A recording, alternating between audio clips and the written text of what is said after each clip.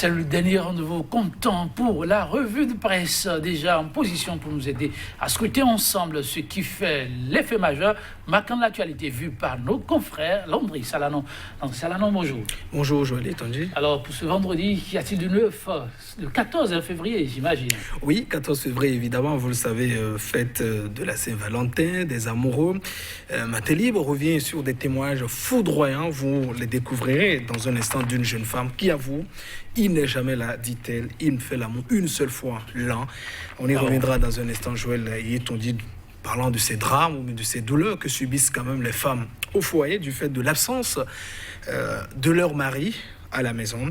Et sans oublier aussi la politique, vous savez, on se distance toujours pas des élections communales qui s'annoncent, et notamment avec ces réformes, combien de partis politiques réussiront donc à obtenir les 10%, notamment prévus par le nouveau code électoral. Visiblement, Dynamisme Info a mené ses analyses, et le nombre, vous le verrez dans un instant, pourrait évidemment inquiéter Joël Etanji. Sans oublier aussi ces pertes, notamment ces pertes de vie qui commencent donc à inquiéter. Un autre jeune homme aussi a été retrouvé dans un puits. C'est dans la commune de Zé. C'est aussi Matin Libre qui nous rapporte l'information. Il y a de la matière, on va y aller, de la joie, mais aussi de la douleur. On démarre avec le quotidien. Nous démarrons avec la dépêche, Joël Etanji. La dépêche qui nous parle donc de nouveaux systèmes de facturation électronique imposés, de petites et moyennes entreprises asphyxié. La dépêche qui ne tarit toujours pas d'imagination avec ces images toujours satiriques, Joël Etanji, pour illustrer l'asphyxie de ces entreprises du fait donc du nouveau système de facturation imposé par le gouvernement. Et puis attaque de policiers à Kédémou, le gouvernement nous apprend donc la dépêche. Le gouvernement béninois privilégie la piste des braconniers. Le Dynamisme Info reste dans la politique, notamment, il nous parle de l'exigence de 10% contenue donc dans le code électoral. Les partis politiques qui pourront probablement tirer leur épingle du jeu au communal. Le journal Dynamisme Info qui a donc réalisé un article, un dossier sur le sujet. Évidemment, vous le découvrirez, on ne dépasse pas 3, en tout cas selon les résultats ou les analyses du quotidien. Et toujours à la une du journal, le journal qui nous parle donc de prétendu retrait annoncé de la vie politique, l'erreur que l'ancien président Boni Yayi ne devra pas commettre. Voilà le journal qui pense que Boni Yayi devrait évidemment rester encore en politique. Et l'Éco-Info s'intéresse à la transhumance politique. Le MADEP vire définitivement à la majorité. Le coq devient le cheval cabré, nous apprend le journal. Cela alimente le cynisme, précise le quotidien.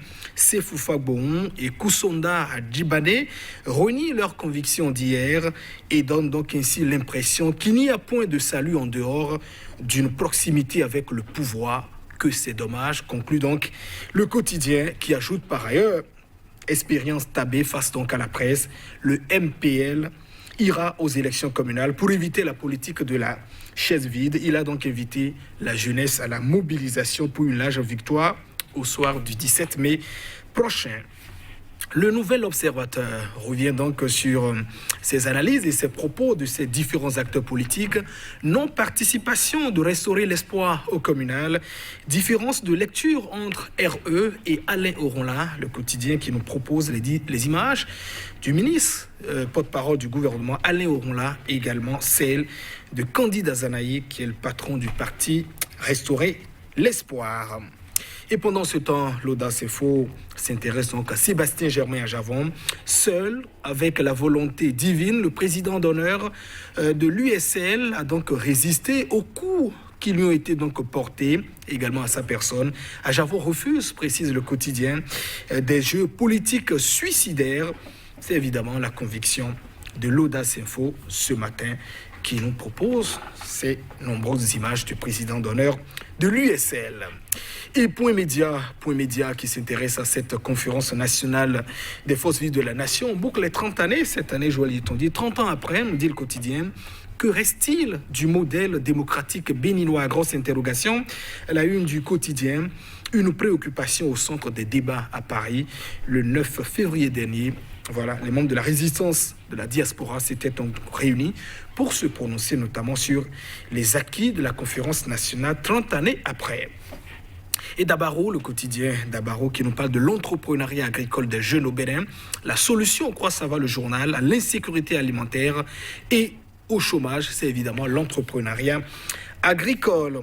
Et puis, Matin Libre, qui s'intéresse à la fête de la Saint-Valentin, notamment de la vie en couple. Il n'est jamais là. Par an, je fais l'amour une fois. Témoignage foudroyant d'une dame, confession d'une femme au foyer, au cœur brisé, nous dit donc le quotidien Matin Libre. Et puis participation des partis politiques au communal de 2020, les FCBE comme au dialogue politique. Les scénarios plausibles figurent dans les colonnes du quotidien. Et puis après l'obtention de son récépissé, le MPL engagé donc pour les communales. Matin Libre qui nous parle aussi de ce drame. Commune de Zé, le corps d'un apprenti tailleur a été retrouvé dans un puits, nous apprend par ailleurs le quotidien.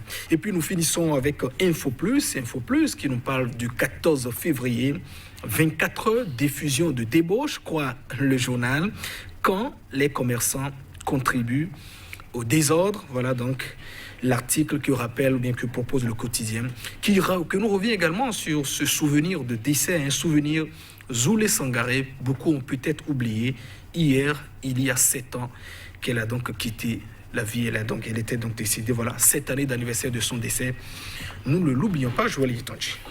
Oui, nous ne l'oublions pas. Zoulé qui a bercé le dune et séduit les cœurs, ainsi va la vie. Repos éternel, l'âme de l'artiste. L'artiste ne meurt pas, dit-on. Alors, nous allons rester, pourquoi pas, avec le quotidien qui nous parle de la date du 14 février, mais sous un angle précis. 24 heures de débauche.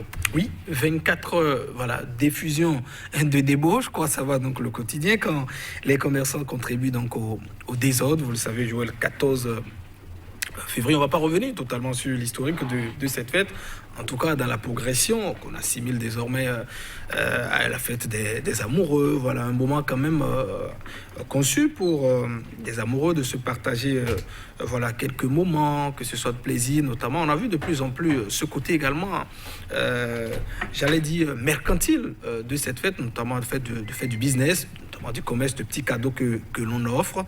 Le journal qui, dans ses détails aujourd'hui, précise par ailleurs que c'est souvent l'occasion pour, disons, ces commerçants de faire du business. Ils ont contribué à dénaturer la fête. Et qu'aussi, c'est souvent ces jours que vous voyez voilà, beaucoup d'hôtels remplis, disent-ils, voilà, beaucoup tel lieu totalement débordé. C'est-à-dire le sens originel de cette fête a été totalement dénaturé et voilà, ça fait beaucoup dommages. Et restant toujours dans cette actualité, pour revenir à ces précisions de Matin Libre, Joël Itonji, qui nous rappelait donc, disons, ces témoignages de cette femme. Il n'est jamais là. Par an, je fais donc l'amour une fois, précise donc la dame, voilà, qui s'est confiée à Matin Libre, qui a rapporté ses propos dans ses colonnes. Matin Libre, qui commence d'ailleurs, disons son article en disant « Claudine Talon doit donc s'estimer heureux. Son époux n'est pas le plus affairé de la République. » Alors, pour souligner quand même, disons, quelque part, ces drames que vivent toutes ces femmes au foyer, mari toujours absent, toujours en désavion, en mission, alors parfois qu'il faut aussi être là et apporter le soutien. C'est vrai, il faut penser aussi à ce que la famille doit manger. Mais la dame précisait donc dans ces témoignages qu'elle doit être à la fois père, mère, tante et cousine, c'est-à-dire s'occuper également des enfants. C'est véritablement pesant pour elle. Et cela me rappelle les témoignages de ces dames il y a quelques années, notamment sur une émission qui disait « Je n'ai jamais vu le sexe de mon mari et pourtant nous avons 4 enfants au total. » Et je lui disais « Comment se comporte-t-il quand vous vous approchez, vous avez des relations intimes? Il vient toujours dans la nuit noire, voilà, boubou blanc, je ne vois rien. Nous avons aujourd'hui 4 enfants. » Pour parler ou bien pour illustrer, Joël Itonji, je parlerai peut-être de violence, mais de ces drames, de ces douleurs que subissent notamment ces femmes. C'est la Saint-Valentin, alors que certains souhaiteraient aussi avoir leur femme, leur époux à côté.